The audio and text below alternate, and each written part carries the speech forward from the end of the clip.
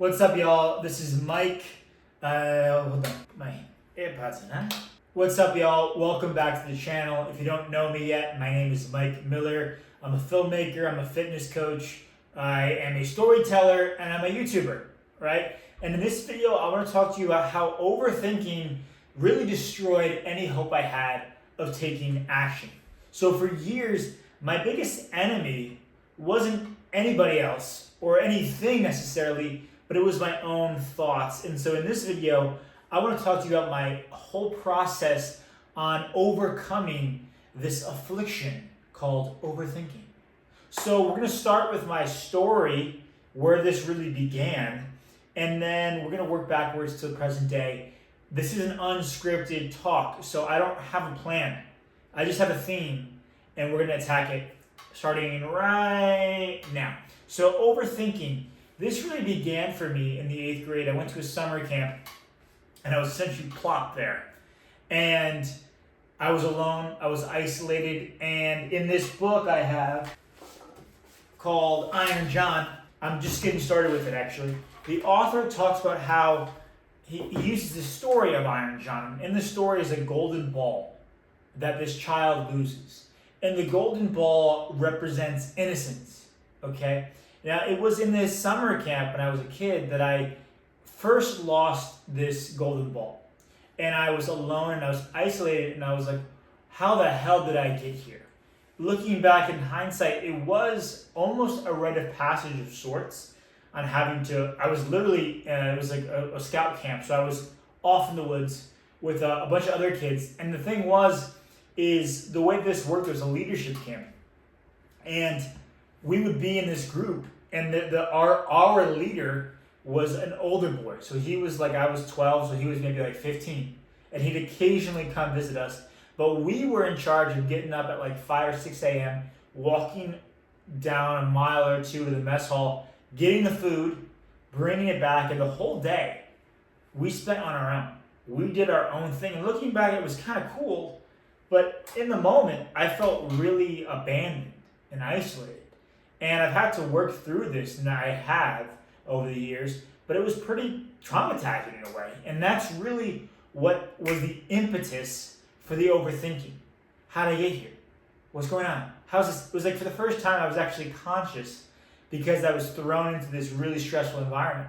And it was at that point in time I said, something's wrong here, because that thought process, those intruding thoughts, would then continue to attack me for the next few years, right? That became this kind of chain event of anxiety, I like to call it, where I would have these thoughts about everything. How does this work? Well, why is this happening? How do I prepare myself for this situation? And it was in that moment that from then on, I tried to protect myself mentally by having strategies for like everything. So it was an attempt, we either make decisions to avoid pain or gain pleasure. I was trying to avoid the pain of not knowing what the hell was going on, right? And so overthinking began for me in that way. And from there, I had to figure out a way to take conscious steps towards this. Now, there's a bunch of different ways to go about it, but for me, I'm speaking about my experience, therapy was one option. But I needed a more regular, reoccurring pattern of exploration for this problem. And so I resorted to one, journaling. So literally opening up a notebook and just writing everything up here in this thing. Now I have dozens of these. I put the month and the year, and I just write. So it clears out some space, some bandwidth in the old RAM. Now, that's one way. Another way I've done is meditate. Meditation has been a game changer. When I don't meditate, it's like not brushing my teeth. It's like, I feel a little dirty. I feel a little unclear. So meditation's been huge. Now, I can throw out all these little habits, little things, like, do this, do this, do this. But here's the reality of it, it's going to take time. If you want to stop overthinking, you need to really explore thinking, because anxiety is thinking of the future. It's trying to protect, it's trying to plan, it's trying to project into the future. Depression is looking back at the past and staying there too long. And so we have an incongruence in the timeline. Either you're looking too far ahead in the future or you're looking too far behind in the past. What you really need to do, ultimately, is be here now. Be here now. 3 words. And it sounds simple, but I understand the challenge, the difficulty of like, okay, all right, Mike, you say be here now. How am I supposed to do that? I have all these thoughts. Well, start meditating, start journaling. Exercise has been also huge for me. It really was a process of healing my body. When we take on stress, when we overthink, our body tends to receive the impact, right? So I hold a lot of tension in my shoulders and my back. And I got a massage recently, and the masseuse said, "Oh, you hold a lot up here in your shoulders, don't you?" I was like, "Damn, I do. A lot of stress up there." So it's really healing the body in order to heal the mind. So when you start exercising, when you start journaling, when you start doing meditation and breath work, beautiful things start to happen. And so we have to heal the body, we have to build the body, but we also have to explore the past. And there's a bunch of different modalities on how to do that. For me, it came at a crossroads where I was continuing to explore myself. I started discovering stuff like meditation and that sort of thing in high school, discovering Marcus Aurelius' meditations when I was 17 was a huge impetus towards this. But there's always been a theme of self-discovery, exploration. And this continued up until I finished college and I was 21, right? And again, thrust into an uncomfortable environment. That's been a theme for me many times in my life. Being like, okay, now you're in the real world, figure it out. And that's how I felt when I was in that camp. It's like, oh, now you're in this camp, you don't know anybody, figure it out. I've been in that situation many times now. And what I'll say is, there is no one way to figure it out. You're going to be sprawling for a while, kind of treading water. But here's the thing, if you tread and you freak the fuck out, that's when you get exhausted, you get tired, and that's when you drown. What you need to learn how to do is control your breathing, realize you're not going to die. It's like being in a cold shower. You hop in a cold shower. I've been doing it every morning at 4 a.m. It sucks initially, but if you control your breathing, you tell yourself, I'm not going to die. I'm going to get through this. I'm going to be okay. You will get through it. You will be okay. You will live to see another moment, another day, and you should. And so it was in that post-college experience that the universe seemed to thrust me forward and said to me, hey, you need to be around some new people. And it almost happened it happened organically, honestly. The friends just started to slide away from me. And the more I tried to keep them around, the more I tried to put myself in a situation to be around these types of friends I was around. And they were not bad people by any means, but I needed a different set of people. They just kind of slid off one by one. And again, it wasn't like, I can no longer hang out with you because I am on a higher vibration. None of that. No. It was just kind of like they stopped hitting me up, or I stopped saying yes to hanging out in my buddy's basement and playing, Nintendo Switch, right? And instead, I went in my journal. I have another one. It was my quantum journal, okay? And I wrote, I attract friends that have similar interests as me. It was something along those lines. I don't have a journal here in my apartment. It's back home in New Jersey, but something along those lines. And then one day, I'm on Instagram, and I see this post, and I was like, I really resonate with this quote. Somebody shared it on their story.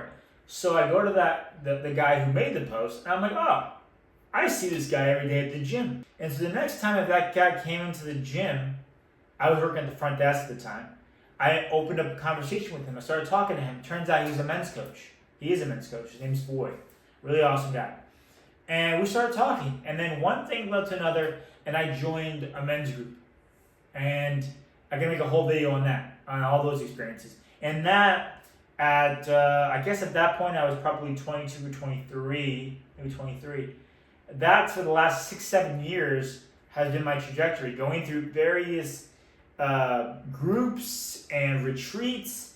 And it's important to be surrounded by individuals that are on the same wavelength as you, are in the same position as you, if even better, that are a little above you or high above you in terms of success and where you want to be, right? How you envision yourself. They've already been there or they're further along the path. And then you learn from them.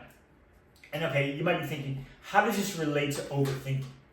Well, it was through these groups, through these retreats, that I learned how to manage and become aware of my emotions. I learned how to discern between my thoughts and my emotions, right? Because something can happen, right? Somebody could come over, this actually happened to somebody I witnessed, and get hit in the head with a book, right? Happened in high school. Different story, different time. Somebody got hit in the head with a book, and they started crying, right? But, and I mean that, and not so much of a literal sense, but something can happen that triggers you, and you start freaking out. You know, I used to get triggered by some things. It's funny, because I don't remember them now. But they'd be little things that somebody would do, or something would happen, and it would just, this whole domino effect of thoughts would then occur. And so it was through this coaching that I learned how to discern between what my thoughts are, what my emotions are, right? Because it's one thing to think something. Oh, I think this. Another thing to feel something. When you feel something, you have to, you go on a journey either way, but you have to learn how to separate the two. Okay, what is this feeling telling me more about myself? What are these thoughts telling me more about myself? And what you'll find is that there's a story oftentimes associated with those things. That something's happening. You know, if you watch a movie or you listen to a song and you get emotional, you have some sort of resonance with what's being said or shown, right? Whether it's through your past or an experience you've had, but also something innately deep within you that's been passed down primordially or genetically, right? Something in our human lineage that's happening, right? So this is it's a whole exploration. And just to fast forward to now, right? So I've gone through all these experiences, I've done this breathwork, meditation, plant medicines, all these things. And what I've realized about overthinking is that the impetus, the antidote to overthinking is action, right? So all these things I've been telling you, all these stories, all these experiences, were episodes of action.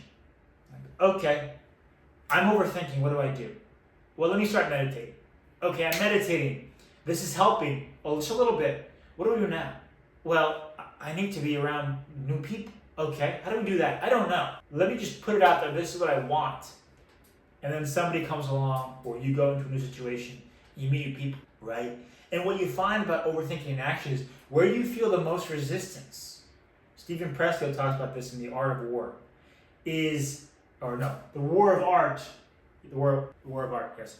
Is where you feel most resistance, that's usually a sign you gotta go do that thing. That almost always is a sign you gotta go do that thing.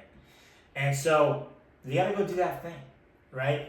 So when you're overthinking something, usually it means run in that direction. Usually.